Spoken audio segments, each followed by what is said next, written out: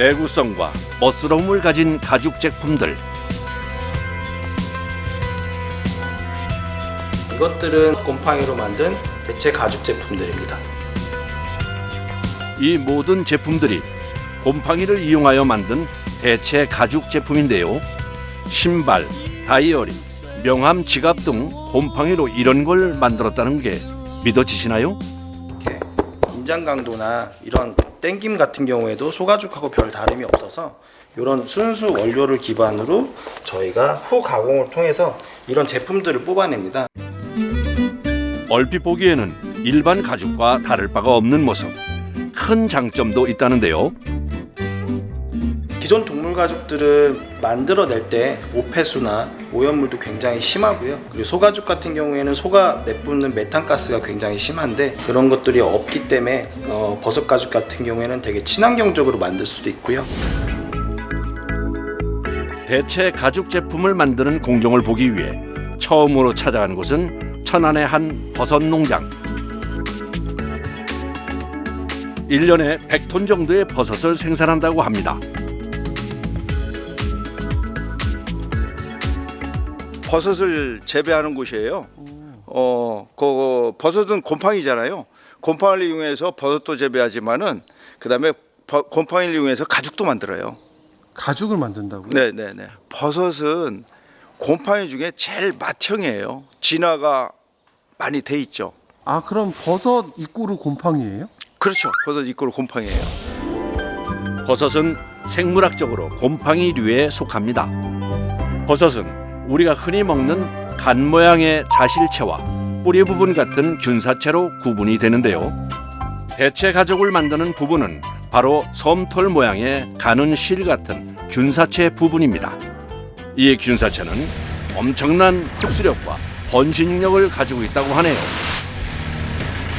균사체 가죽을 얻기 위한 첫 번째 작업은 바로 균사체를 키울 수 있는 집을 만들어주는 과정인데요. 그 집을 배지라고 합니다. 톱밥, 미강, 소맥피, 폐화석, 탄산칼슘 등을 잘 혼합하여 버섯이 먹을 영양분을 만들어줍니다. 그 다음 혼합한 영양분들을 일정한 크기의 비닐에 넣어줍니다. 이걸 한 번 생산할 때 2,000개에서 3,000개 정도 생산하는데 6시간에서 7시간 정도 걸린다고 합니다. 작업이 다 된 배지는 멸균실로 이동해 주는데요. 톱밥 속에는 여러 가지 균들이 많아요. 세균과 곰팡이 이런 것들이 많아서 멸균해야만이 이제 버섯 곰팡이만 잘 키울 수가 있게 되죠. 버섯은 산소와 습도, 온도에 민감하기 때문에 계속 관리해야 하는 어려움이 있다고 하네요. 105도에서 한 8시간에서 10시간 정도 합니다. 멸균이 진행되는 동안 균사체 가죽을 만들기 위한 곰팡이 배양을 해야 하는데요.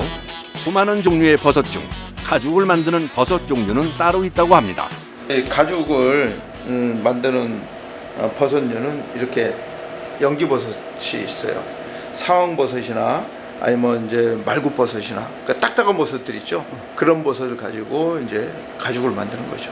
부드러운 버섯은 조직감이 치밀하지 않기 때문에 이게 찢어지고 견고하지 않아서 본격적인 배양 작업의 시작입니다. 영지버섯의 곰팡이균을 추출할 때는 신중해야 하는데요. 다른 곰팡이류가 들어가지 않게 불로 멸균 작업은 필수입니다. 다른 곰팡이가 들어가면 균사체 가죽의 질이 떨어진다고 하네요. 인큐베이터에다가 24도로 맞춰져 있는 인큐베이터에다가 배양을 하면 됩니다. 한 2주 정도 되면 이렇게 많이 뭉치게 됩니다. 균사체가. 이 균사체에 대량의 물을 투입하여 한 달 정도 더 배양을 한다고 합니다. 균사체의 양을 늘리는 방법이라고 하네요.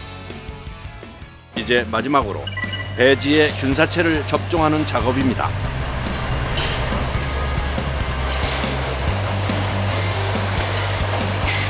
마치 주사를 놓듯이 배지에 바늘로 균사체를 접종시켜 주는데요.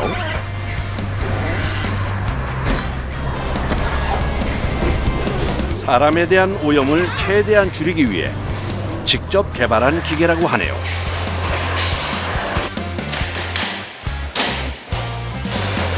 이제 접종한 부위를 막아주면 끝이라고 합니다.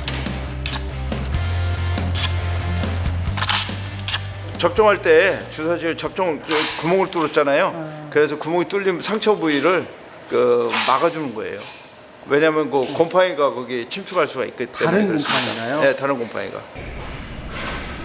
완성된 균사체를 보여주겠다는 작업자. 과연 완성된 균사체는 어떤 모습일까요? 이거 2달이 된 가죽을 만드는 버섯 곰팡이에요. 아, 이게 다 완성된 거예요? 예, 예, 완성이 된 겁니다 이게. 오. 가죽을 만드는 버섯은 자실체라는 몸통을 만들지 않고 오로지 균사체만 만들어줍니다. 하얗게 보이죠? 우와. 제마에다가 얘를 부셔가지고 쫙 깔아요. 온도와 습도를 맞춰주면 한 보름 정도 되면 1cm 정도 이렇게 부풀어 올라오게 되죠. 이제 그걸 이제 얇게 썰어가지고 압착을 해서 이제 가온 과정을 거쳐가지고 이제 가죽이 만들어지는 거죠. 이제 1차 배양의 밑준비가 끝나고 본격적으로 가죽을 만들기 위한 공정을 찾아 안성으로 왔습니다. 출입 금지에 멸균복부터 챙기는 작업자. 이제 가죽을 만들어야 되니까 가죽을 만들려고 하는 거예요. 작업을 하기 위한 거예요. 아, 근데 이거 살균, 멸균, 방어까지 입어요? 아, 예. 이게 저희가 가장 신경 쓰는 게 첫 번째도 두 번째도 세 번째도 이게 오염 방지거든요. 오염 방지제가 돼야 상품성이 좋은 가죽을 얻을 수가 있습니다. 정말 철저하네요. 들어가자. 들어간 곳은 2차 배양실. 한 번 더 배양을 해야지만 가죽 모양을 볼 수 있다고 하네요. 정말 기다림의 미학입니다. 이체 배양하는 곳입니다. 무직풀 깔면 이 위로 그 균사 매트가 올라와요. 이제 균사 매트라는 거는 이제 대체 가죽인 거고요. 가죽이 올라와요? 네, 올라옵니다.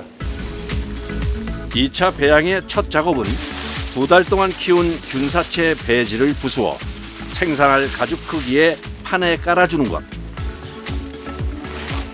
시간이 지나면 균사체가 자라서 배지 위로 하얗게 올라온다고 하네요. 5cm 이상 자라면 가죽 부분을 배지에서 분리해 쓴다고 합니다. 종균들이 어떤 일정한 압력에 눌려 있어야 그 올라오는 속도가 빨리 올라와요. 아, 더 빨리 자라는 거예요? 예. 그 옥수수 가루로 만든 부직포입니다. 얘가 있어야 뜯기가 쉬워요. 만약에 얘가 없으면 톱밥이 밑에 그냥 다 묻어 나오기 때문에. 결과물을 먼저 살짝 보자면 2차 배양이 끝나면 이 세 단계로 구분되어집니다. 부직포는 배지와 가죽이 잘 떨어지는 역할을 합니다. 이제 2차 배양 준비 작업은 끝이 났습니다.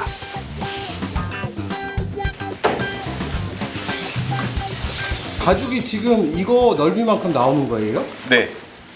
이게 45cm에 85cm인데 45에 85cm인데 정확하게 이 사이즈로 나옵니다. 제가 이렇게 붙여서 종균을 이제 저희가 균사 매트를 키우면 얘네들이 같이 올라와서 붙어버려요. 접착이 돼요.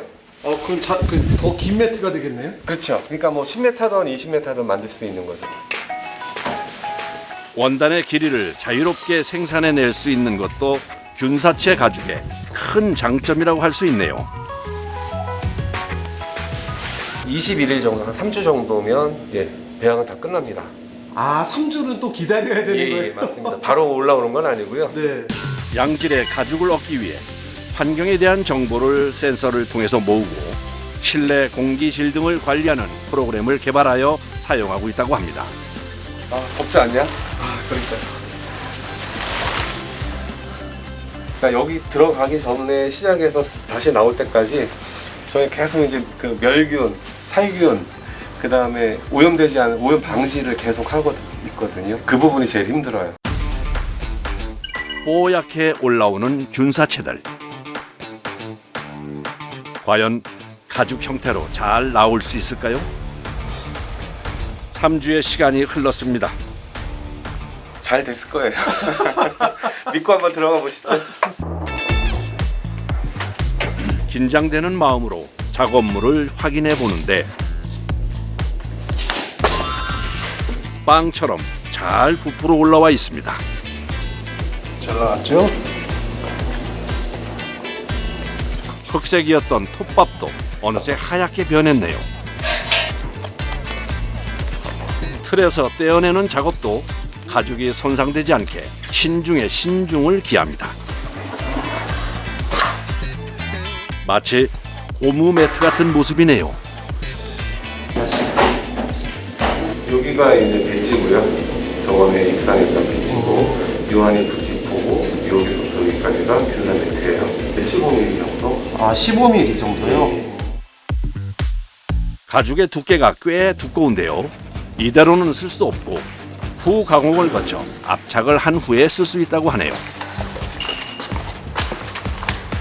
이제 배지에서 가죽을 떼어내기 위한 작업을 해야 합니다. 날카로운 칼날로 조심스럽게 연결 부위를 잘라내 주는데요. 앞으로 나르세요. 아직도 톱밥의 흔적이 남아있네요. 이제 기다리고 기다리던 가죽을 떼어내는 작업이 시작됩니다. 주름이 거의 안 갔어. 주름이 안 가네. 됐어. 우와. 떼어낸 모양새가 진짜 가죽과 별반 다르지 않네요. 또 가죽 부분만이 아니라 배지 부분도 다시 사용한다고 하는데요. 그리고 얘는 또 두세 차례를 더 씁니다. 더 길러 또 아까 그쪽에다가 갖다 놓으면 다시 또 올라와요. 이렇게 천연 난연성 있는 소재로 예를 들면 이제 방음 소재, 디피저, 흡음재 이런 쪽으로 쓰면 아주 성능이 좋게 나옵니다. 버리는 게 없네요. 없어요.